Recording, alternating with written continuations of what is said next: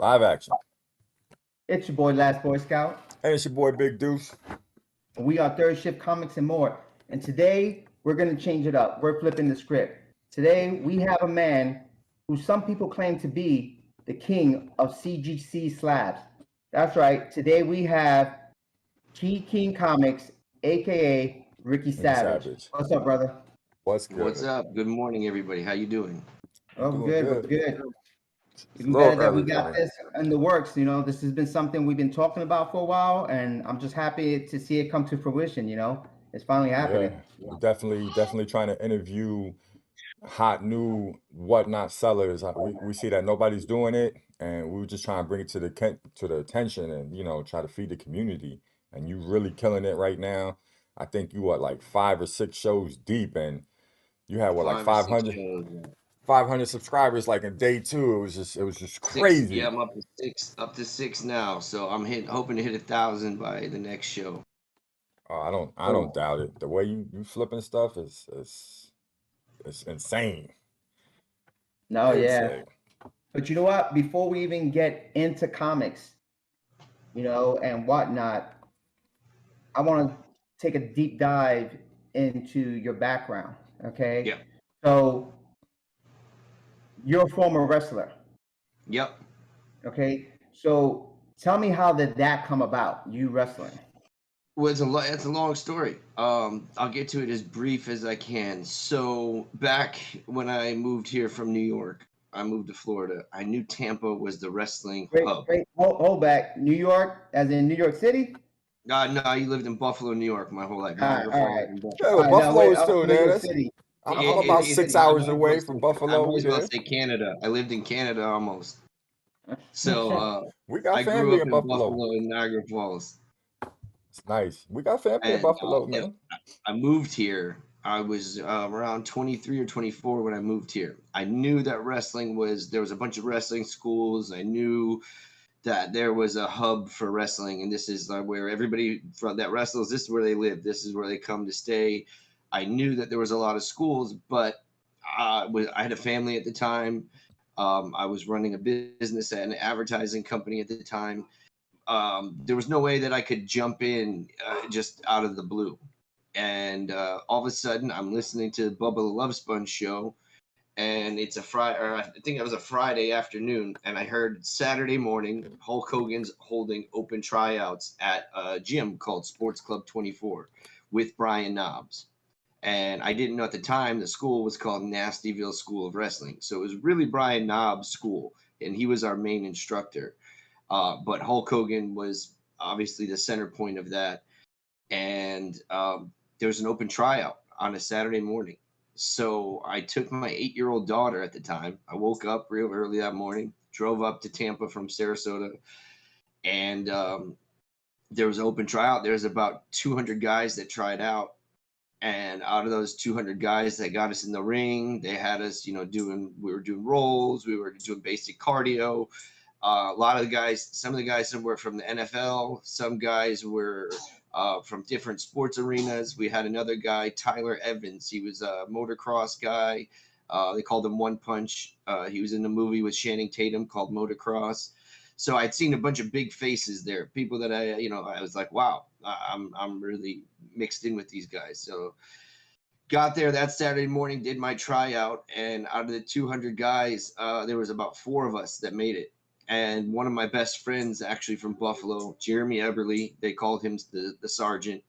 He came, he tried out as well, and we got a call that day saying that we both made it and that we were accepted to the school. So the way the process works with wrestling is you go to school first and you learn the ropes. You learn, for everything from cutting promos to ring etiquette to learning how to do holds correctly without hurting the other guy. Wrestling, as we all know, is entertainment. So with that, it's you got to make it on a long run of shows. It's, sometimes when you make it to the big leagues, you're doing shows, 300 shows a year. It could be. So your main thing is learning how to do everything properly, and you want to make it look as good as you can. It's entertainment. You want to get as rough and as raw as you can. It's a lot of smash mouth. It's not as easy as it looks. And let me tell you, that mat is harder than you would ever imagine it to be. Um, the second I got in there, I was shocked at how hard that mat really is. I was waiting for some kind of memory foam or no, there's none of that. All that is, it consists of a couple plywood boards and a wrestling mat underneath it, and then there's a spring in the middle of the ring. So if you land anywhere but the middle of the ring, I got to give these guys, when you see them, when they get slammed near the ropes, it's like being slammed on concrete. So Oof. there was a lot of concussions, a lot of times where that's why they get a lot of head injuries. Those mats, if you don't get slammed directly in the middle where that spring is, it doesn't feel good. I promise you. So these guys are putting their bodies on the line all the time. It's Wow, crazy. that is crazy. Crazy. So let me ask you another thing. Were you always this big when you decided you wanted to start wrestling? No, at the time when I was 25, I was really bulky. I was never small. I was probably, 180 pounds at the time. Um, I was, I wasn't dedicated at the time to even working out until I got accepted. So when I got accepted to school, I started hitting the gym. I'm working with a guy named Steve Chamberlain. Steve's 6'4". He's about Oof. 280. So one of the strongest guys. He's one-legged as well. He's running with a prosthetic leg. And there's a whole crazy story behind Steve. But Steve ended up getting signed to WWE at one point. It was a mistake. They picked another one-legged guy. Actually, his name was Zach Gowen, and there was a mistake between the talent relations, and they got the wrong one-legged man. Steve should have been the one that made it, though. Yeah. It's He's a crazy. monster, and he's probably one of the best wrestlers I've met. Um, Anyways, there was a mistake. Steve ended up being one of our trainers as well. So it was mainly knobs. Steve was in the ring with us all the time. And then Hulk Hogan would come in and teach us to cut promos. My first day, he got in the ring with me. The first day I ever got in the ring, Hulk Hogan hands me his Rolex. He has a $60,000 Rolex on. Hands it to me. I could have put that Rolex on up to my shoulder. That's how big his wrist was. He asked me if I could go and put it down on the table for him outside of the ring. So we did that. We were running lockups. We're running basic holds, learning how to do collar and elbow lockups, how to do come arounds from the back, a bunch of different stuff. So it was really cool the first day, to get in there and you get in the ring with the legend himself and one of the best of all time, and he's there personally teaching you. Then from there, we had other days where he came in and he would cut promos, teach us how to cut promos, taught us how to build our character, have our on-screen presence, and work from there. It was like a 3-month project. From the school, at the end of it, when you start getting good, we start doing indie shows. Some of us would run shows with FCW, which was it was the minor leagues for WWE at the time. Then we'd just run regular indie shows where we did all the promotion. We put them together. We'd get the smaller arena. We would do the flyering, the papering. We'd set up the ring, take down the ring. We did everything. So there was those indie shows. I had a match with a guy named Monstro Washburn. Monstro Washburn is exactly the way it sounds. He's a monster. He's 7'2". He's about 400 pounds, and he's the nicest guy in the world. And the thing that they always told me, which stood out, and this isn't a good thing, they would tell me that I was the smallest guy, but for some reason I was the stiffest. And what that meant is that I was always too strong when I grabbed somebody. So you were supposed to go lighter, and I had a problem with that at first. So I remember the first thing Hulk Hogan ever told me, he goes, "You're one of the stiffest workers I've ever seen for a guy your size at first." So I learned to loosen up, and it was nerves. All it was nerves. And I learned to loosen up and get comfortable with it. And from there, everything started working out great. And we were running shows. We're looking at getting called up to FCW. We had talent scouts coming in every week looking at us. John Laurinaitis came up. He watched us one day. which was the talent scout for WWE. We had a lot of guys that went well and went somewhere from it. In the midst of all that, I ended up hurting my back in training one day, and I wasn't sure what happened. I still to this day don't know if I herniated a disc, if I slipped something. All I know is it was hard for me to walk for about 2 months, and Oof. I took a break. And when I took that break, life happened, and I started going back to work and just working my regular job. I was working at an advertising company. We were doing really well. It was the around 2010-ish area, and it was right after the housing market fell in Florida. So advertising became a big thing for a second, and then all of a sudden, advertising budgets went nowhere. So it was time to switch out of that as well, and that's where I lost my touch with wrestling at the time. And Mm.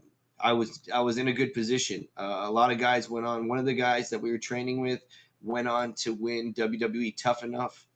Um, he ended up he's not in it any longer, but he won the big contract.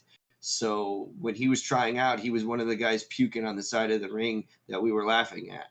And he Wow. just came from the NFL tryout from the Dolphins, and didn't make his cut for the Dolphins, and he was puking on the side of the ring. None of us ever thought he'd make it. 5 years later, he ends up winning Tough Enough. So it changes that quick for you. So Yeah, once you get into the right training methods, everything changes. yeah, exactly. That's So, crazy. and now let me ask you, so at what point so with the indie circuit so that's considered also with TNA? No, that was just separate. That the indie shows, like I said, some were FCW. At the time, it was like Daniel Bryan was in there. Ryback was just coming up. Um, there was a bunch of other guys that went really big, and they were at the time they were rookies, and it was around that era. So I got to meet some of the guys like that. With Justin Gabriel was another one. Everybody was just starting out, and they were getting their teeth, cutting their teeth, as they say. Right. And we would go to the shows, and whether we were on the card or not, we would go and help out. And it was just common courtesy that as a rookie, that's what you do. You give your respect to the business, you give your time, you give your effort, and you wait for your time, for your shot to get called up. And one minute you be sitting on the side, and the next somebody doesn't make it to the show, and you get called in, and you throw your suit on, and you're ready to get in the ring. Okay. Crazy. So So, crazy. um, so now you're wrestling.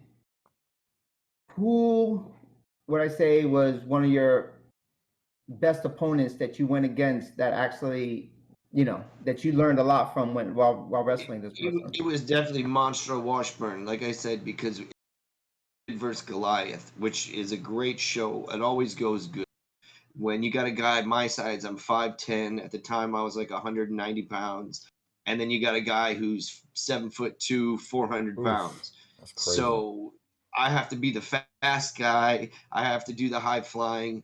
Every my phone. Hold on, let me switch. My phone is cutting the color out because I'm getting low on battery here. Hang on, let me change this. You're good. 7'2", Let me man. That's see if like I can get my wrestling phone back. Shaq. Jeez. It is. It is like wrestling Shaq. I'm sorry to Oof. catch you guys out here. Let me. Nah, you're good. Is it unplugged? You're all good here. Damn, 7'2". I couldn't imagine. I know, right? Well, and I remember the fallout on the housing because I was an electrician in Florida, and then when Now, the economy crashed in the housing, people wasn't building houses no more, so I ain't no, had no no. work, and that's how I got All right, into guys. Okay, doing my other I'm stuff. back. So So, yeah, to finish up that story, Monster Washburn, 7'2". It was the David versus Goliath type match, and that went great. So every one hit he got on me, I would get 10 on him, and I was basically the high flyer at the time. So every move I did, it was a comeback story. It was the basic comeback story. Everybody loved it. At the end, I end up getting a roll up win, and you take the giant out. So, but Nice. I mean, you're only as good as your opponent lets you look. So every time I hit him and he sold that shot, it looked amazing, and that was one of the favorite matches that I ever had. So Monstro is still in the business. He does a lot of movie stuff now. He's getting a little older. I think his daughter is even in the up and coming indie scene. So yeah, he went on to do a bunch of TV shows, movies. Really good guy. So Monstro Washburn, if you ever see him out there again, check him out. Nice. Well, I know you're talking about taking shots and selling them and everything. I remember you telling a story about Ric Flair Yes. and how So he at an older age when yeah, he gave you a shot and yeah. you just like, I dang. had his handprint on my chest for 2 weeks. So So tell us about that though. Jesus. we were still in training at the time. We were probably maybe I might have been 6 weeks into it. So now on my cardio game up, I'm getting bigger, I'm getting stronger. We're working out 3 times a week, and we're in the ring, plus hitting the gym and then working out at home. So I'm getting in great shape. I thought I was, and they tell us they show up and we didn't have any forewarning. We show up and we hear Ric Flair is he's in the building, and he's going to come in and he's going to get in the ring with us, and he's going to run some cardio and some training. So for some reason, I guess maybe my name's Ricky or Rick at the time. Ric Flair picked me, and he said, you get in here. He goes, you look like you're in good shape. Let's see how good a shape you are. And it was basically, watch this. I'm going to show you that you're not in shape. We Jesus. ran the ropes. We did the crisscross. So I do a drop down, he'd come over. I drop down, he'd come over. He drop down, I'd come over. So we crisscross, crisscross, crisscross. And we would do it as like, I think it was like 10 or 15 times before we would go to anything else. By about the 10th or 11th time of hitting the ropes, which the ropes, let me tell you, they kill you. You get bruised behind here. Even the ropes. They're literally they're metal coils like this thick, wrapped with tape around them. That's it. Ugh. So it's like almost like a telephone wire type cord or an electronic cord. They're the ones that hold the telephone pole in. They're this thick though, Ugh. and so we hit the ropes, and it's Ric Flair, so I don't care if I'm about to pass out. I'm gonna keep going as long as I can because I can't let the legend Ric Flair see me fall out. Finally, he cut me a break. He seen I was blowing up, as they say in the business. I was blowing up. I was winded. Um, and it got to where we were just running holds, running lockups, and then he said, "You know what? I'm gonna line every one of you rookie guys up, and you're gonna see what a Flair chop really feels like." And we all took a shot. Every one of us took one of the Flair chops. Some of us took two. Ugh. I had a Flair handprint. If I could take a picture of it, I wish I took a picture of it and kept it. I wish I would have had him autograph it. He showed me, and he must have been in his late 50s at the time. And here I am, probably 26, 27 years old. And that man's cardio is insane. He went on to do another, 15 years in the business and headline WrestleManias and go on from there. So Oof. he showed me that I wasn't as big as who I thought I was at the time. Very good. That's Oof. a great story. That hurts my So chest. let's circle back when you hurt your back, right? Yeah. So you hurt your back, you can't, you can hardly walk right for 2 months, and you leave the circuit. Like what were you going through in your mind mentally? Because I know in your physically you hurt your back, so that's a no-brainer. But mentally, what was going through your mind, like saying, wow, because some people be like, this was my life, this is what I want to do, and now it's ending. I don't know what's going on. So Well, at the time, I got to conquer my dream. I'd never set out. I never really had the tryout to get back into wrestling. I mean, I always wanted to as a kid. Always that was always kind of the goal. But I had a family and I had a life at the time. I had a business, so I figured it was totally out of it was out of the question. I couldn't do it. And then all of a sudden that tryout happened. I woke up on a Saturday morning. I took my 8-year. Now, when I went and did this tryout, my 8-year-old daughter was with me filming the whole thing. So I got to show her, and she got to see that. So that was cool. She's 19 years old now. She remembers every minute of it. Brooke Hogan was there. She was hanging out with Brooke Wow. Hogan. Hulk's wife was there. He's divorced now from her. but not the Linda, not the first wife, his second wife. So she got to hang out, she got to get in the ring, you know, and then they were telling her she's going to be the next WWE Divas champion, and got her to, you know, get hyped up. So that was interesting for her, and she remembers it to this day. So it's a fond memory that I got to give my daughter. Now I have a 5-month-old son, a 6-month-old son now, I should say, and it's making me want to get back in the ring for that fact. He only will hear stories. Unless I show him now, he'll never get to see it. So I'm 39 years old. I'm in the best shape of my life. Why wouldn't I jump back in now?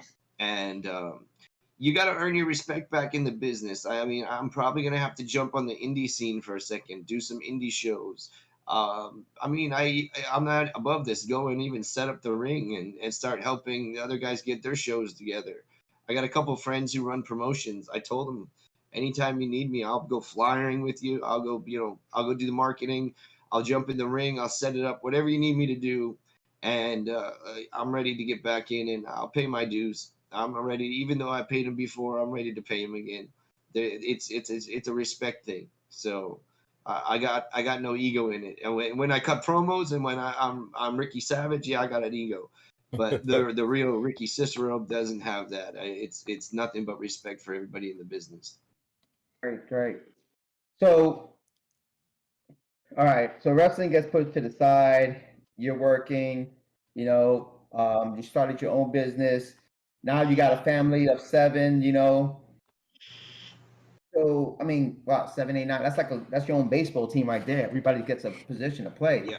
So now, where did this come up that all of a sudden I'm going to be a vendor in the comic society? Yeah, how'd you wind up in comics? All right. So, well, when I met my wife that I'm with now, we've been married coming up April 25th. So we're gonna have our year anniversary.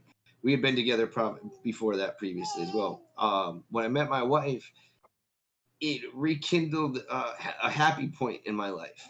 And I've always collected comic books as a kid, and it got back into where I started to want to collect comics again. And I was reading comics, lots of them, and she kind of promoted that for me. She helped me to find that happiness again. I was missing something, and it was comics. And I love drawing. I'm also a pretty good artist. I do a little bit of drawing. So um, she rekindled that for me. And I remember she bought me for Christmas my first set of Doc Strange. Um, she bought me one off eBay, a set of Doc Strange books. Ended up there was a lot of keys in it. She got it at a good price, and it showed me, wow, these books, they hold value still. And then I started buying more books, and I would just get the weekly Wednesday, you know, new books as they came out. And then I started getting to where I'm like, well, why am I not picking up? I want some of these trophies. I see some of these trophies that guys got, and you know, on their wall, and I see picture people with slabs. So I want some of that. So I started having her when I'm at work. She would be texting me all day on eBay, showing me different sales that she found. And next thing I know, I got packages arriving at my front door, and I get my first slab. My first slab she got me, I believe it was Deadpool versus Wolverine, 98 Wolverine. I don't know what number it was, but she got me that first slab, and it was on from there. And then I decided, you know what, this is something that I'm going to do. I'm going to start selling. I'll get rid of some of the stuff that I don't really use as much or read, and I'll use that to get some of these slabs that I really want. And from there, it took off, and it just my collection. I collected for like a year straight before I really did anything, and I got my collection built up. I probably put $10,000 into it, and just money from the side. I didn't want to take it away from my family, so whenever I had tip money from my job, I would just put it aside and start buying comic books with it. Started getting some slabs, and it was on from there. Now I have connections and exclusive deals with distributors. Um, as soon as I got on Whatnot, a lot changed. I had been selling on eBay, and I was doing very well on eBay with it, but Whatnot changed the game. and that's where Whatnot comes into play. Is different than any other platform. Um, I didn't even have an Instagram I used my personal Instagram to promote my books at the time. And I didn't know that it was probably better to just stop. Someone told me one day, you have to create just a comic book page. So separate the two. Keep your personal from a if you're going to do a business or a collection. So I set up keep my son's name is Kingston. So I figured why not go with Key King? I want keys. I want to be the king of the keys. So it went with his name as well. So I ended up going on and I started Key King Comics. I found a graphic designer to make a logo for me. I gave him my idea of what I wanted and I wanted Moon Knight in it. I wanted Doc Strange. I wanted the Incredible Hulk, and I wanted Wolverine in it. And I said I wanted skeleton keys in it. I want to have the skeleton keys to all the keys, so that would open them up for me. And Nice. that's what he came up with. So he got my vision without me even drawing anything or showing him. I told him, and that's what he came up with, and I loved it. And I met you before your first show. Yeah, I think so. I think so, because I think I met you.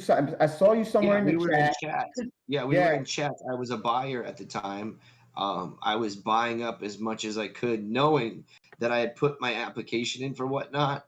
So I was really just trying to get my stock up. And you and I kept chatting, and we had a lot in common. You knew a lot of facts, and it was always interesting to me. I'm like, this guy knows a lot of what he's talking about. So right. And then I started jumping on your show, and I started repping you up, and just throwing out, key alerts to what you was, what you started selling. yeah, And I think it was what on yeah, it was the fourth show that we did co-host together, yeah, and that was a great show because of course. you got up to 500 that day. Yeah. Yeah, and I You won a giveaway. gave away two CGC 9.8 slabs that day.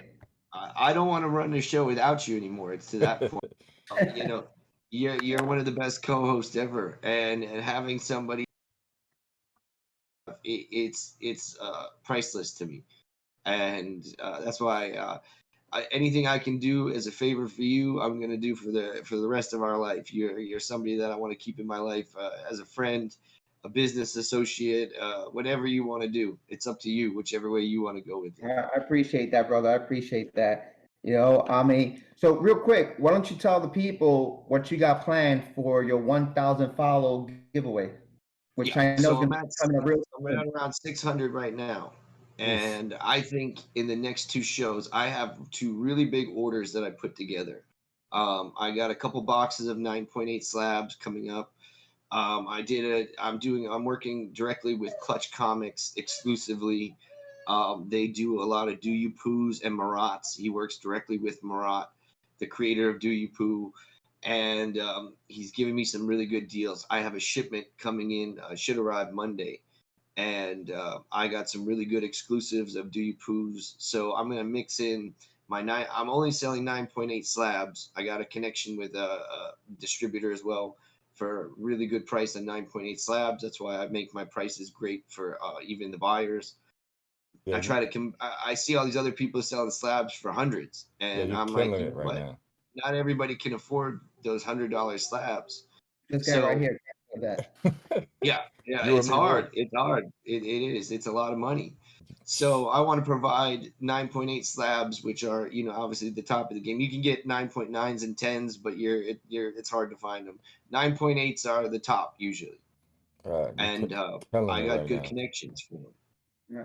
So now, for once you get to that 1,000 followers, Yeah, I I'm hear gonna the give rumor away. is I hear you're giving away 5 CGC slabs, and one set to one lucky giveaway winner. Yeah, I'm giving away You five you can slab, five confirm that? 9.8s when we hit that 1,000. We're gonna do that. That's super. I've never seen anybody else. It's just a way of me giving back to the people and for all the help that it took me to get here. I did really good my first couple weeks in. I'm growing every day. I mean, I've connected with a lot of hot people. Working a lot with Javon Jordan, Illust Illuminati.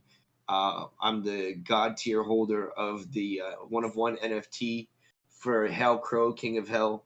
So I invested really big into him. I see him as an up and coming artist. I see that he's gonna be going somewhere. There's some inside news that I guess I could say something now. Whatnot is signed. They're signed a deal with him, Yeah, and I think he what announced it that deal yesterday. consists of.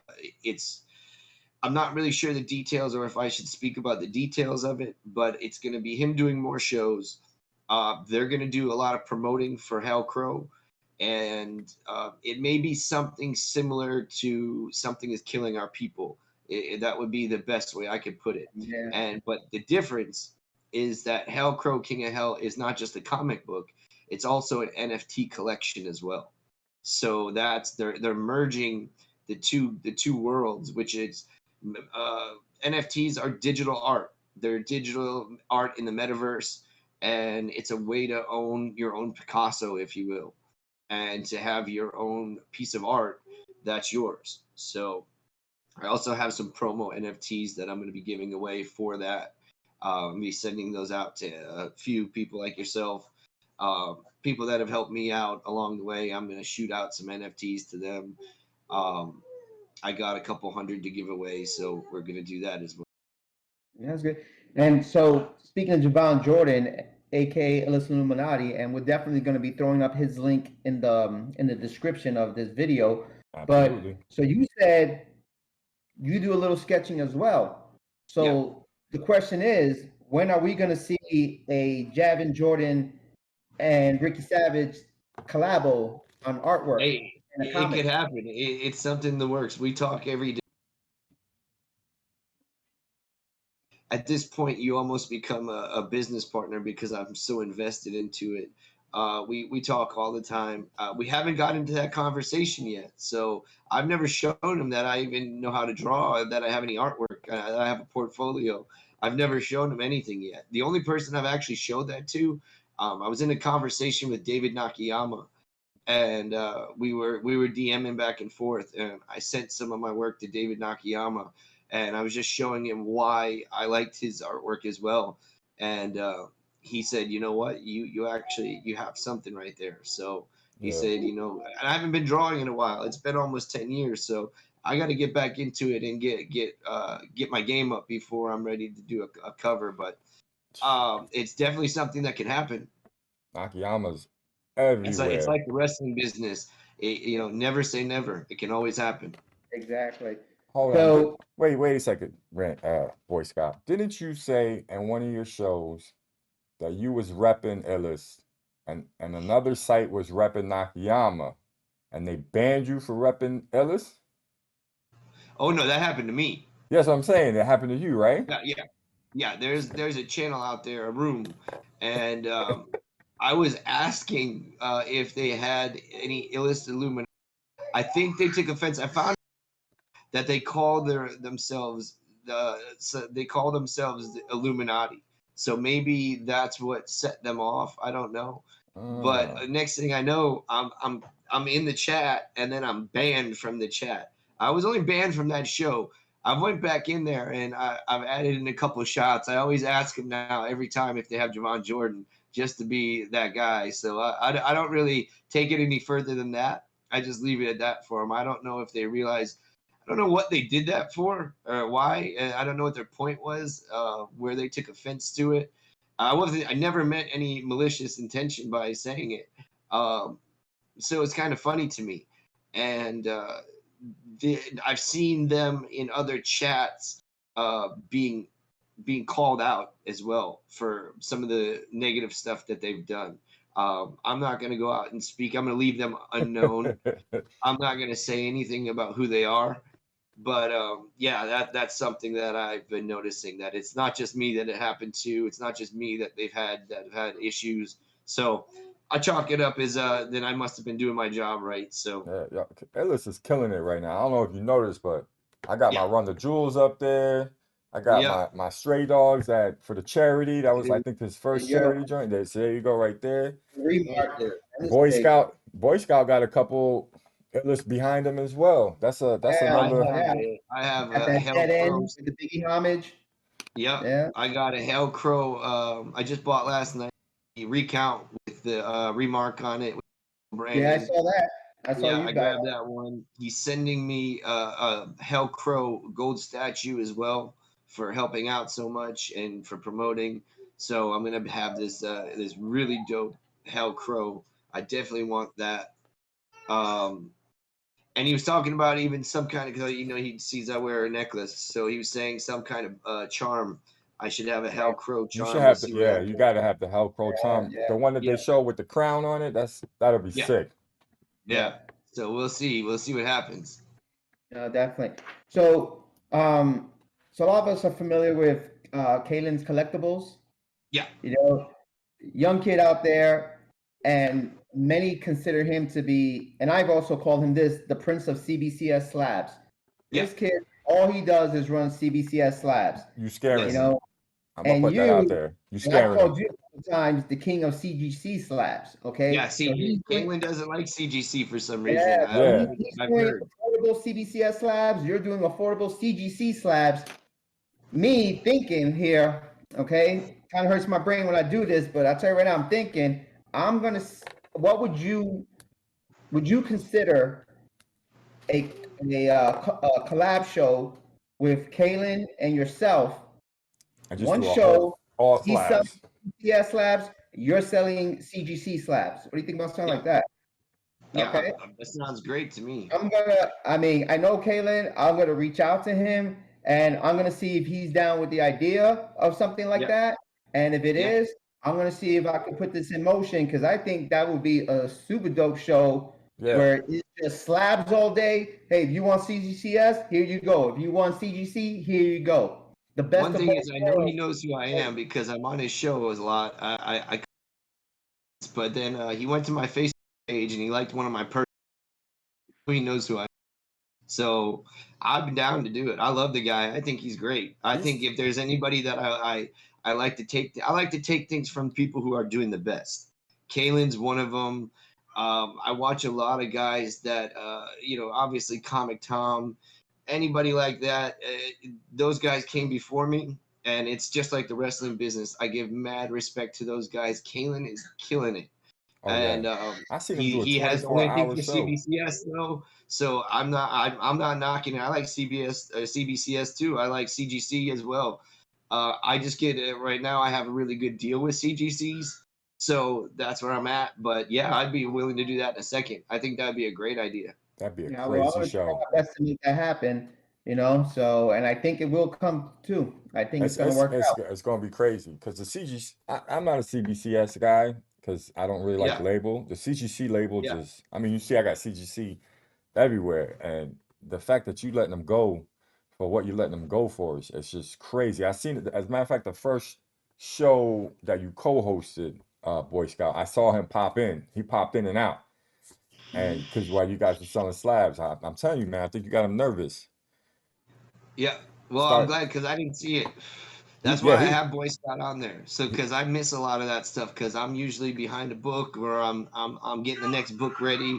So I miss a lot of that. So it's nice to know. I didn't know he popped in. So oh that yeah, makes me feel better. he popped in No, and yes, out. definitely. He came in. I mean, like I said, he's got his following. He's got that short bus army, and Yeah. And I they're rep it. strong. I They're see the strong. short bus army. I give But I'll them tell you mad right now respect. that Beachside Comics is another one. They're exactly I think right. it's Beachside Comics or Beachside Collectibles. Yeah. They're good. Their whole team. I like their whole team. I like what they're doing. I'm in the. This is my thing. This is $1 billion industry we're in, and we have enough money and enough followers and whatnot is blowing up bigger every day. Yeah, they're So killing it. we're some of the first that are in here before anybody else. I mean, they were in here before I was. So, but we're still in the first stages of it. This hasn't even taken off or peaked where it's supposed to be yet. So this is just the beginning. Yeah, it's No, killing it. definitely.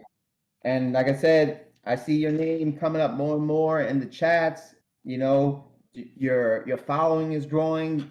Your numbers are increasing to how many people are in your streams. Yeah, I see it. The Key King Nation is rising. It's building. yeah. I sold People are 400 slabs my first week. I think I'm doing. No, I'm you And really with good. that, let me add, because I didn't understand, the one thing I didn't understand about this whole game was you can get on and sell a bunch of comic books, but then you have to package them. And packaging is really hard, and you want to package them right. I want to make sure that everything is, it gets to the guys, to the buyer safe.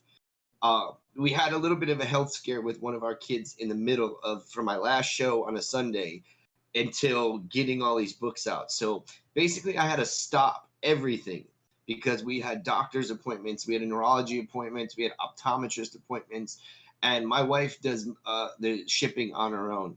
So I hope I didn't make any of my customers mad. I tried to tell everybody on Instagram. I went live and I said, please, bear with me, especially with the way the mail is today. I went to the post office yesterday to send out a package, just one set of comic books to California, and they charged me $14 to send it out, and they told me that it would arrive within 2 weeks. They could not Jesus. guarantee me anything else. So it's because of the trucking problems, I guess, and lack of drivers, and Yep. also gas price rises. So if this gets to anybody else, if you get mad about your order and you're wondering, not just for me, but for other people, why it may be taking so long, it's not us. It's we get them out in time. Even though I had that health scare, I'm still got everything out in time. I got them out within, I think, 2 days. So everything got out, but don't necessarily blame the seller. It's a lot of the time the post office. I found a new way to ship, so I'm going with pirate ship from now on. I would suggest pirate ship to Yeah. any of the sellers. Get yourself a scale, get yourself a label maker, and just do it that way. It's one of my lessons that I've learned. So I would give that tip to anyone new coming in. Get down with pirate ship. Learn how to ship from your own. Don't depend on the USPS system because they are in a tizzy right now. So they got some stuff going on. Yeah, definitely. So, with that being said, we're gonna start wrapping this up. So Yes. at this point right now, again, floor is open to you. Anything you want to put out, anything you need to say. Yeah, the number one thing I know, one of the that are in Nick GQ. Love Nick GQ shows. I love what the guy does. I'm down with Nick GQ. I rep him 100%. I would say if you don't follow him now, make sure you watch him. But I know one thing about Nick GQ is he's involved in AEW wrestling. And he's part of AEW. I'm not sure what his position is there. I know it has to do maybe with marketing or talent scouting. I'm not sure. But I know that CM Punk is part of AEW. He's one of their headliners right now.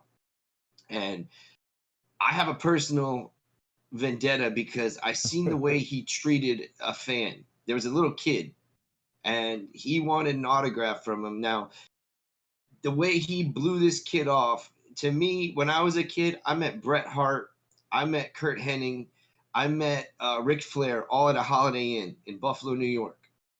And I came up to them after they had got off a flight, before they even checked in their room. They were going to go to the restaurant.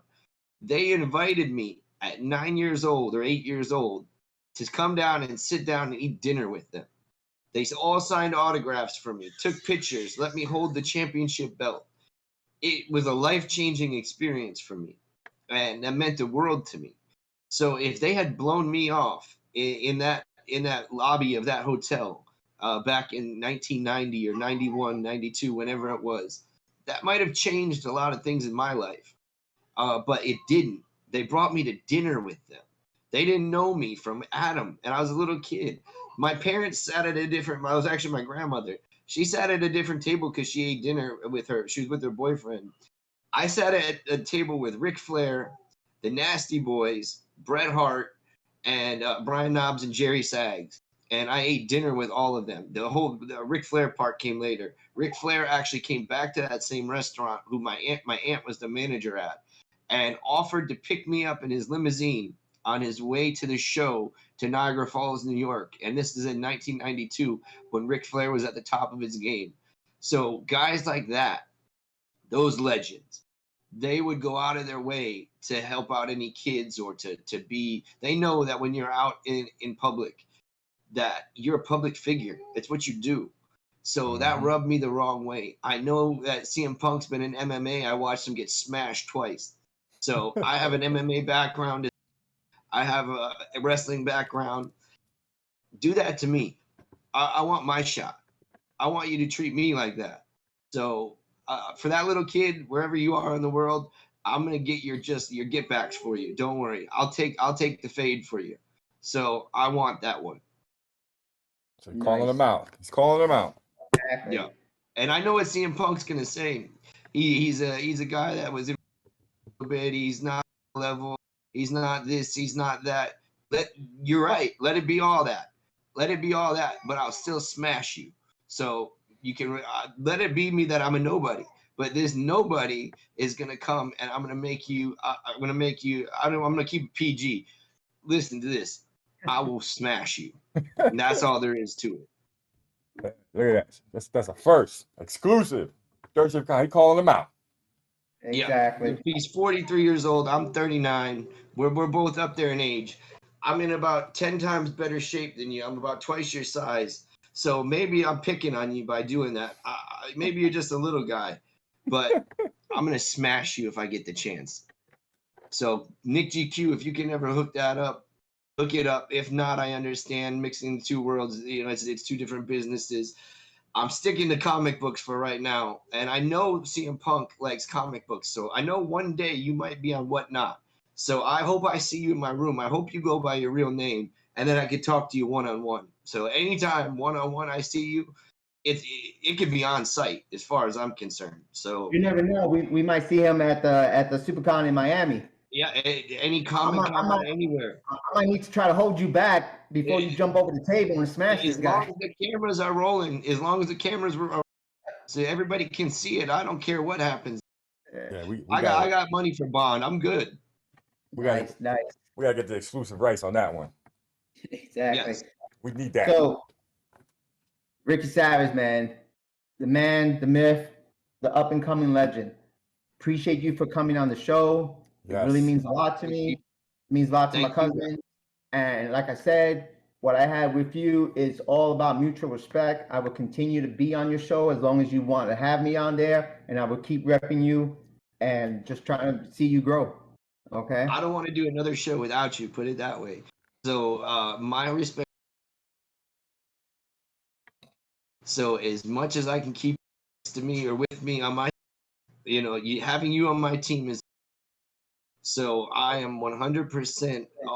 I want you at every show, whenever I can get you. I want to take you to the Comic Con. Whatever we do, you are on. You're on the Key King Comic team. So whatever I can do to help you out, you let me know, and I got you on board for as long as you'll stay. I appreciate that, bro. I appreciate that. Well, with that being said, I'm the last Boy Scout. And it's your boy, Big Deuce. And we're Third Shift Comics and more. The next time we see you people, peace. Yes. Don't forget to hit that like and subscribe. Everybody, good looking out. Have a good afternoon. Everybody.